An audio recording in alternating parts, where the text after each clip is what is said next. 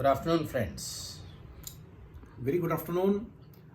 Once again, we are here with new discussion. Yes, Vinodji, this time you have neither story, nor a poem, nor a novel, but what do you have? After a long time, we have come back to discuss literary criticism.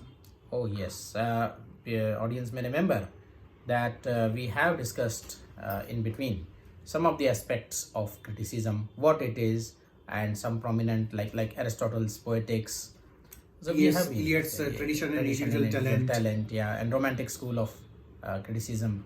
Yes. So today, in what perspective are we going to deal with literary criticism? Those who are familiar with English literature, I'm sure that they have heard the name of Matthew Arnold. Yeah, Matthew Arnold was a Victorian poet, Well known for his poems like Scholar Gypsy, Thyrsis, Dover Beach. etc. He was a 19th century British poet, contemporary of Tennyson, Browning. and the most significant aspect of his poetry is pessimism. Yeah, A melancholic tone pervades, runs you know. through his poetry. Yeah. And Rajesh ji, one of the important things that we need to keep in mind about Matthew Arnold is he is among those few, writers who are poet critics. Poet critics, yeah. Indeed, it happens very seldom. Like Wordsworth, Coleridge, Yeah. T.S. Eliot, Eliot. and very few of them, who are excellent at both these genres. And it's a marvelous thing to think of. If somebody does the thing creatively and then indulges in criticism also, so either the people are one or the other. Yeah. They are either the creative writer, a very good creative writer, or good critic. But it takes extraordinary intellectual power to be good at both these forms of literature. It derives from the very basic fact of life, Vinodji. In life, we act, we do many actions, but Yes. hardly we reflect on our actions. So, critic basically, what does it do? Apart from many other things, many other functions of the critics, one of the important function is to reflect on literature. What has been written by the people, by other authors, even by himself or herself. Yes. So today we are discussing a very famous work by Matthew Arnold, that is the function of criticism at present time. Yeah. At present time means he actually wrote in 1865. Yes, 1865. But this has to surprisingly be enough. taken with a pinch of salt. The present times, even though he says so, But even today, the function of the criticism continues to be same. yeah, it's one of the major functions or major approaches towards the literary criticism. By this time, our listeners and viewers must have understood that there are two important ways of literary expression. One is creative, another is critical. Creative in the sense you write something. You write a novel, you write an essay, you write a poem. That's a creative way. Story. That is creative aspect. You create something. And Matthew Arnold clearly says that the creative force is a little bit superior to the critical factor. Now, definitely. I mean, unless something is created, Vinodji, how are we going to indulge in criticism? Exactly, because criticism ultimately analyzes, appreciates, understands, explains, and gives some commentary on the literary creative work. Yeah. So creation has to be there. Without creation, there cannot be criticism. But then without criticism, there cannot be, evolution of creativity. And here, this pronouncement of Matthew Arnold has to be understood very seriously. What he says, that the critical flow in the society is must if we want that the creative activity can go further. He calls it the current of intellectual ideas. Yes. And what is critical force? Current of the intellectual ideas. If there is a current of the intellectual ideas, only then the creative writer can express himself at the higher level. The best example can be understood. For example, Shakespeare was a school dropout that way. And he was not really well read in many books, right? But at that time, in Elizabethan times, because the Renaissance had taken place, and then the reformation had taken place, humanism was there, Yeah, science yeah. and technology was coming in a big So way. all was in air. So intellectual current was very much there in the air, and that is why Shakespeare could create the best works. That is one of the possible explanations that comes from Matthew Arnold, and it seems to be right. Yeah, definitely, because osmosis is there. One is imbued in the current, whatever is in the air, what is being discussed about in the society, in the media, in the groups, right? Exactly. So that is so important. These two ideas first. Yeah. So the creative force is little bit superior to the critical, but the critical force is a must. Current of the intellectual ideas is a must, so that the And creative the analogy force of a can current, develop. Vinodji, this current, like current of the river, it flows. It flows. This flowing intellectual ideas. Stagnation should not be there. It is not the repetition of ideas. Yeah. We have to be very cautious Yeah. while understanding Matthew Arnold. Yeah. Then comes his famous definition Yeah. of criticism. Criticism. It is the Disinterested. disinterested endeavor to propagate And the best, propagate and understand. yeah, Best. best that has been thought and written in the world, and to create that critical current of intellectual ideas. Rajesh, it is a very difficult and very, very complex Yeah, definition. because it says Yes. it is a disinterested endeavor to understand Understand and propagate the best that has been thought and written in the world. Yeah. Now, first, what is the function of the what is criticism? It says disinterested endeavor. Yes. This has to be That understood. is very important.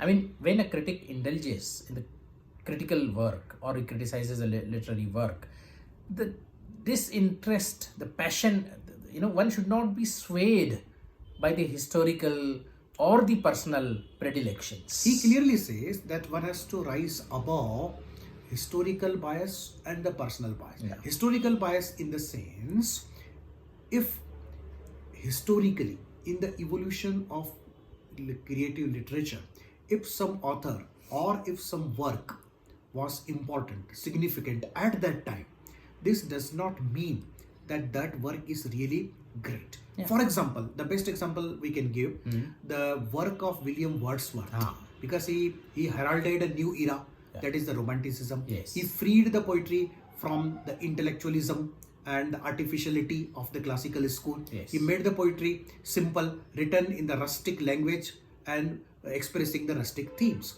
Historically, it was a real development in the journey of the poetry. Definitely. But today, when you go back and look at the William Wordsworth's work, they are not really great literally. Yeah. So one should be free from the historical bias, right? Yes. And the personal bias, Personal Rajesh, bias. is easy to understand. Definitely. If I like certain likes poet, and dislikes, yeah. I'll say he's a great poet. If I do not like, I'll say he's and not great. yeah, not a great poet. So disinterested endeavor, that is, one has to be free. And needless to say, one has to be free from the political bias, One has to be free from religious bias. religious bias. Or any other bias, linguistic bias, communal bias, national bias, any bias you can say. So disinterested means you have to focus only on the literary text.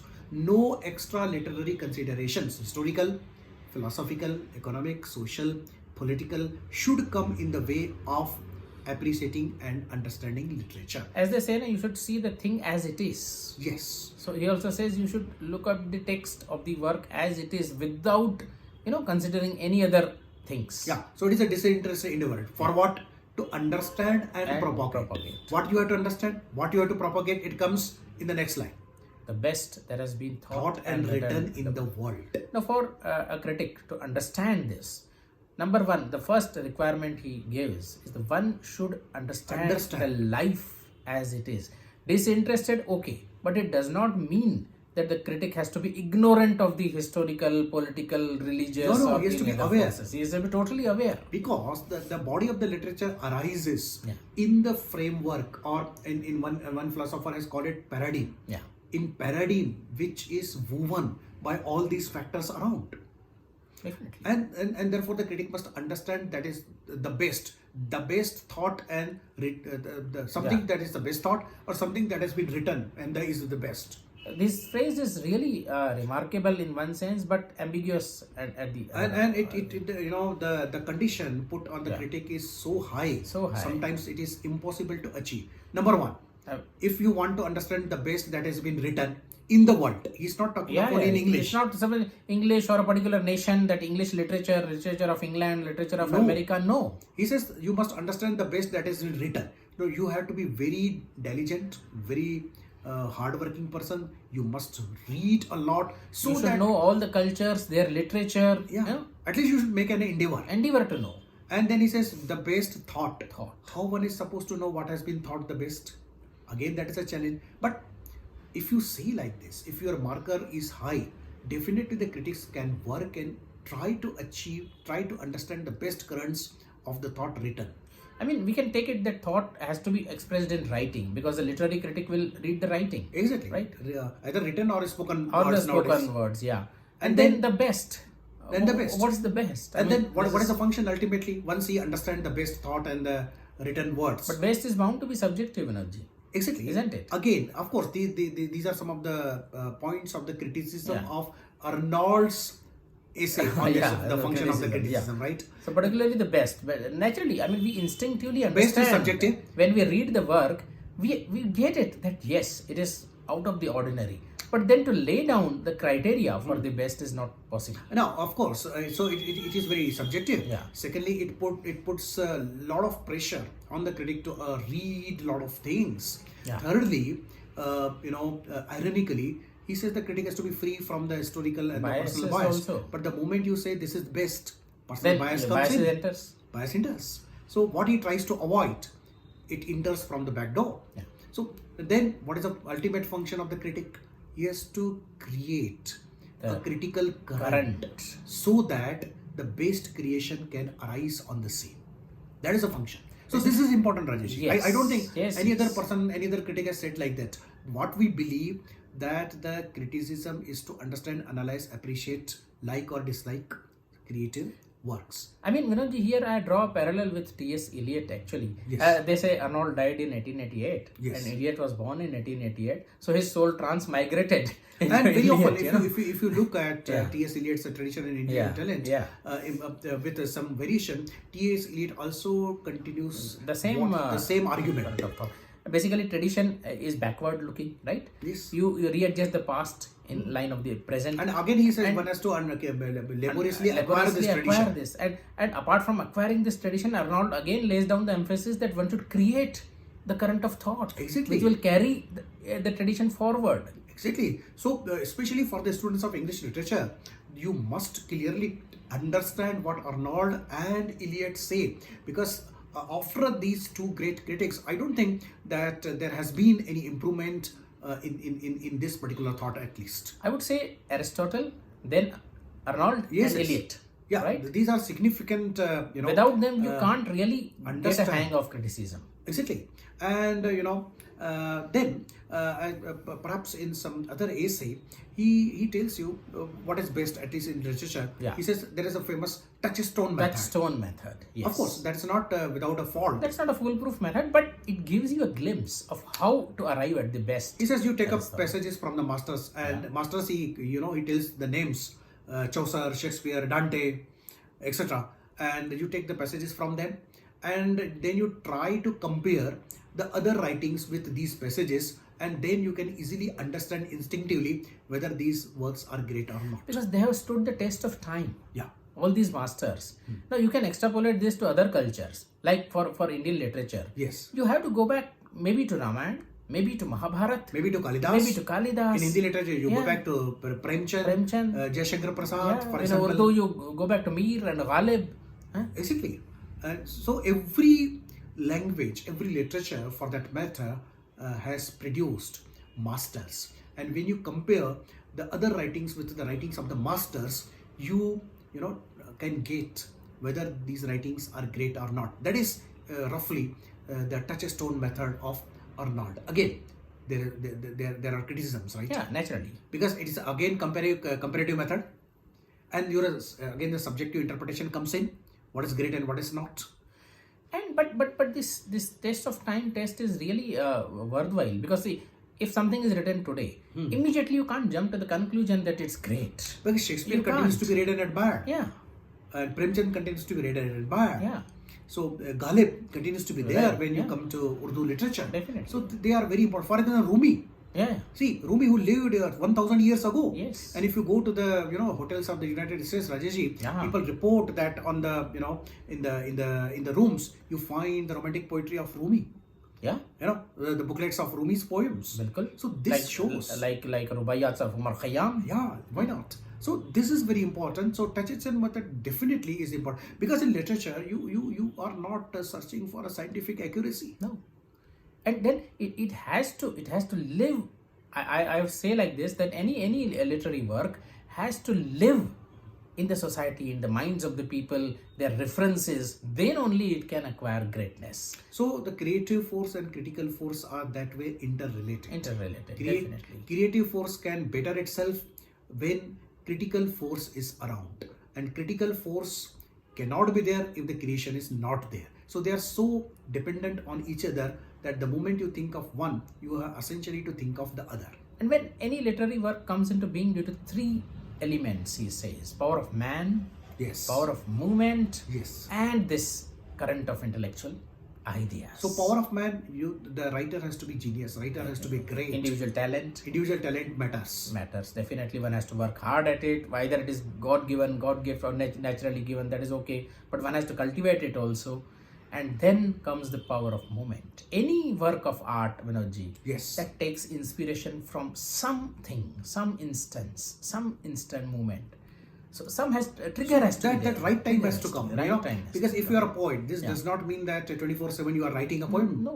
It's not possible. If the painter is there, you cannot paint all 24/7. Yeah. There are certain moments in the day, right, or at night, when his powers are at the best. That moment is there, and when this power of the moment coincides with the power of man, great art comes into being. And that movement may be separated in time. Yes, It's yes. not that something should happen today and you should write it today itself. No. Again, you have to remember here Wordsworth's, Yeah. the process of creative Yes, process, yes. the 4 stages of Wordsworth. You have to go back to that video and see Yeah, correct. that what Wordsworth says about this Yeah. creative process. So that movement, maybe it reverberates across the time and place. And there has it to be hits you. and there has to be environment. There has to be That current of intellectual intellectual ideas. environment. Yeah. So people must discuss the intellectual ideas, the literary ideas, cultural ideas. There should So- be societies, there should be groups. you know. Yes. So, listeners, we appeal that if you are interested in particular art, maybe poetry, drama, music, you catch hold of some of the people who are interested in the same thing, Yeah. and form formal or informal groups and continue to meet regularly, discuss art. These kind of artistic discussions, literary discussions are bound to motivate you, stimulate you, and you can create as well. That is exactly the underlying current of Arnold's ideas. Yeah. So friends, So- just confirm through your comments that And, how you like these kind of discussions, whether you are benefited or not. Share the link And of even this if you channel with don't others. agree with some of our ideas, you let us know. And this kind of discussions are particularly useful for the students of English literature who are doing their BA or MA. Maybe or we are also trying to create that current of intellectual ideas. how we You should in be, this world, part of it. where we Yeah. are lost in the power of the social media. At least we are trying to keep the flame of the literature alive through this channel. This is our humble attempt. So with a promise that we'll be back soon with some other discussion, here we pause. Thank you very much. Thank you.